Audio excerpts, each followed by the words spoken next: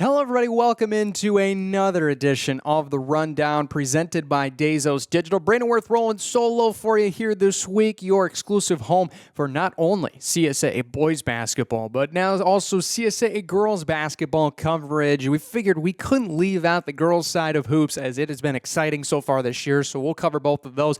Running solo this week, but don't worry, Blake, as well as other guests, coaches, players, will be back here, obviously getting back into school, want to get them back in the routine, and then we'll invite them on the show as maybe we'll go to and from some different places to go talk to coaches and players. But big thanks as well goes out to Dazos Digital.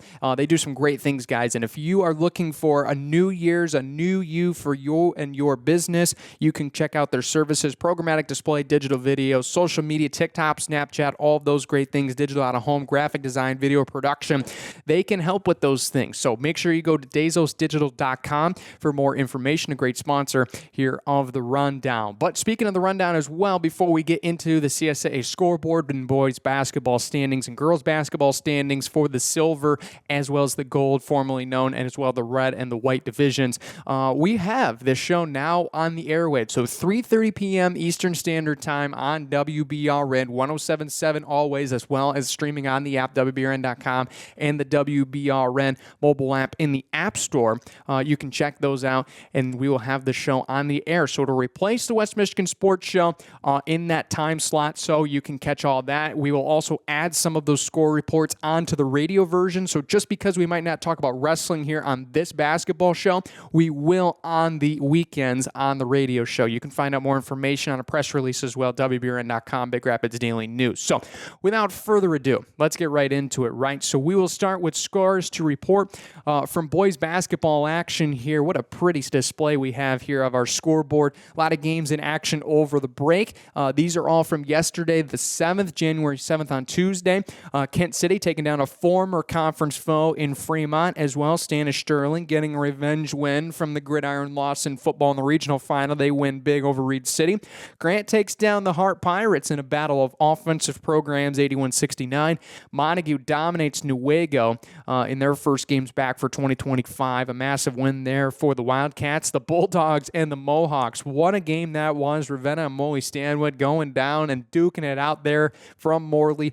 But it's a close win there for Ravenna as well. Tri-County falls on the road to Wyoming Potter's House Christian by a score 66-59. The final scores there. So that's a look at your boys basketball scoreboard. Now let's get into the standings a little bit here to see where these teams are at over the holiday break, right? So we'll kind of go division by division on the boys side, and then we'll get to the girls as well as the girls scoreboard later on. Looking at the red division rankings and the standings right now, Grant and Big Rapids, right? That's been the two-horse race that we've been watching. Coach Thomas and I talked about that on our first episode for the basketball version of the Rundown before the break. Both teams undefeated in conference play. Grant right now 7-0, Big Rapids 6-2.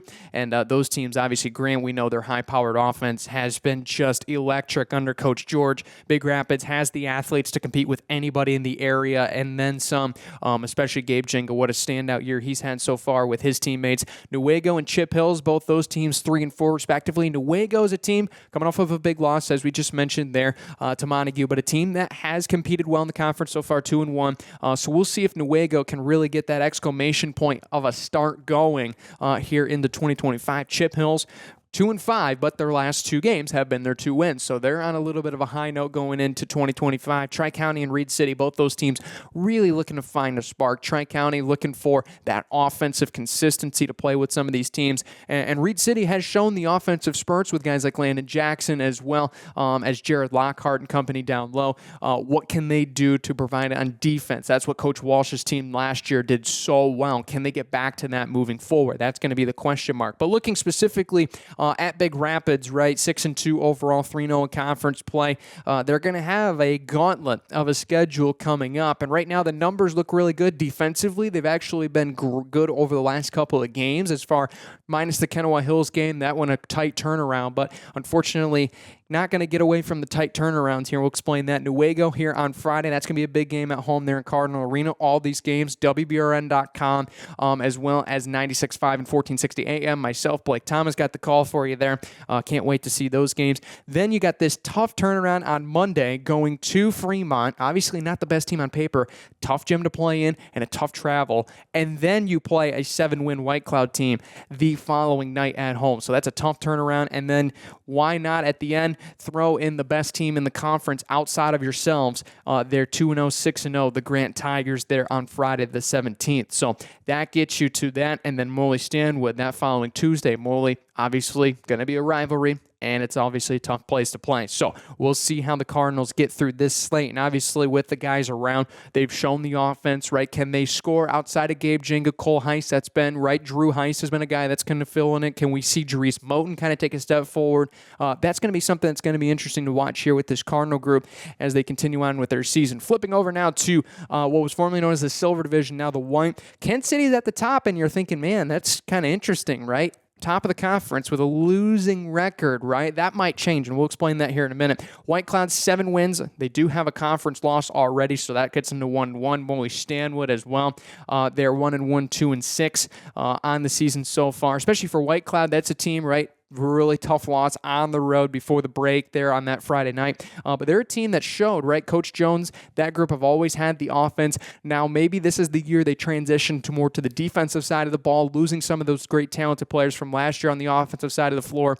Maybe that's what they're going to be looking forward to doing. Morley Stanwood, obviously a team that's trying to see if they can move their way forward and try to get some wins here over the next couple games. Central Montcalm, 2-7 overall. Wherever junior guard Evan Ralston takes that team, that's as far as it goes. A really talented player. He's their primary scorer. And then Lakeview, obviously 1-6, but defeating White Cloud certainly helps them around for that group moving forward at home. So specifically looking at the Kent City Eagles, right, overall 4-5, but 2-0 in conference play. But they're going to pick up some wins here as long as they play their brand of basketball, that fundamental good defensive to offensive transition basketball. They can slow the game down and do it in multiple different ways as well. So they start on Friday the 10th with White Cloud. That's a 7-win team, right? That's one's going to be tough. Then they go on the road as well. They're going to be playing Newaygo on the 14th, right? A team that's got 4 wins on the season, very competitive. I see that being maybe a close game, maybe within 10, maybe even down to a possession potentially. You never know. And then you got 3 very winnable games for Kent City. Home against Morley Stanwood, home against against Reed City, and then home against Lakeview, right? 3 games that are very winnable on paper for Kent City. Can they convert? And if they can do that, as well as even get a split against White Cloud and Newaygo, maybe you drop one of those games, right? And that moves you to 5-6. Now they win 3 in a row. Now they're 8-6. That's a different team than we're talking about, as opposed to a losing record. So can Kent City play that fundamental brand of basketball? That's going to be the question. They've challenged themselves in non-conference early in the year. Now is the time they try to make moves, get themselves some wins in for seeding in this year's tournament with a new format, but we'll touch on that later on here in the Rundown series. But without further ado, let's get into the girls' side of hoops now, and these are games from not only January 7th, as you can see on your screen, but also the 6th as well, as there weren't as many games yesterday. Some teams playing on Monday. What a big win for Big Rapids at home against Covenant Christian, 45-39 winners as well. Central Montcalm over Shepherd, that's a very big win for them on the road, 40-36. Chip Hills with a big win over Farwell, almost by 40 points there. That one's going to get them around moving forward for that group. Lakeview as well, 46-37 winners over Saranac, and then as well the Mohawks 52 over the Lake City Trojans 28. So some big wins there for some teams as we'll take a look here at the standings. Right now, when it comes to the red division, it's very, very obvious right now that there's 2 teams at the horse of that race, right? Big Rapids, Newaygo, both undefeated, both 7-1 and 6-1 respectively. That's going to be a whale of a matchup on Friday night, but we'll get to that here in just a minute. Grant as well following up, 1-1, 2-4 overall, and then Reed City right behind, right? Grant is a team that has shown it in spurts, right? They have some good athletes. Reed City as well under Coach Belfuse. They have some great athletes trying to put it together. Chip Hills 1-5 overall. Tri-County 1-6. Both of those teams, obviously, it's tough sledding early on, and that's going to be something maybe in the 2025 calendar year change, right? Flip the calendar over. Maybe that's just enough what they need to get something going. We'll have to wait and see. But specifically looking, obviously many people think I'm going to flip over to the Cardinals, but I'm going to look at the other side, right? We're looking at Newaygo, 6-1, 3-0 in conference play. Look at this number right here. Defensively, 32-1. Now, you look at the schedule and say, okay, they've played some not as good teams. Understandable, but they're still doing it in ways that they've shown they can score offensively and that they can defend. Coach Tomsma's team, right, they want to replicate that 2021-2022 season, right, the magical regional bound plus tournament. That was just a spectacular moment for that program. They're looking to add to it, right, one of their best starts since that year. They were really down in the dumps. Now they've been rebuilding, especially with some home wins, and now they're going to prove it on the road, right, especially with two tough games in a row.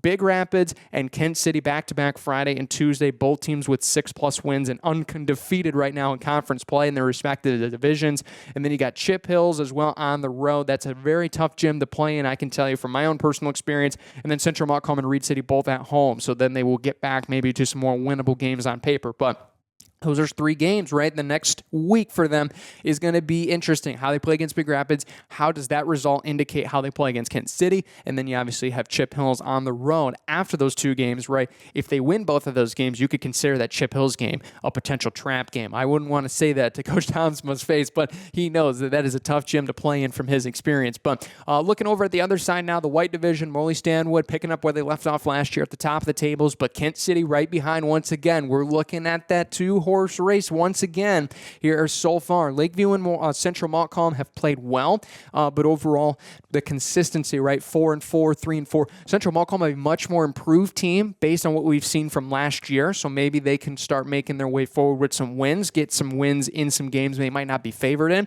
and then White Cloud trying to really pull it together there at 2-5 overall. All these games, of course, through Wednesday, January 8th, but as far as the standings go, the schedule might look a little different because it might not be as updated, but taking a look at the Mohawks, right? Coach Raven's team, they have shown that they can do it offensively, defensively. Not necessarily the same firepower offensively that they had last year with some of the athletes leaving, but they've done it with a little bit of that focus to defense, right? 40 points per game allowed. That's pretty good. But right now, they have some really good opportunities ahead of them. Lakeview and Tri-County, both very winnable games in the next 7 days. Then you got Kent City and Big Rapids, right? We were just talking about that with Kent City as well. And Newaygo, right? Those teams looking to see what they can do, but the Mohawks especially, I mean, you look at where they are on paper, right, and I'm looking at some of my notes here, they can really do it in a multitude of facets. We've seen that overall this year, right, the big wins against Reed City earlier on in the year. How do they respond moving forward, I think is going to be very interesting. And then obviously you got Central Montcalm on the road, the farthest trip in CSAA action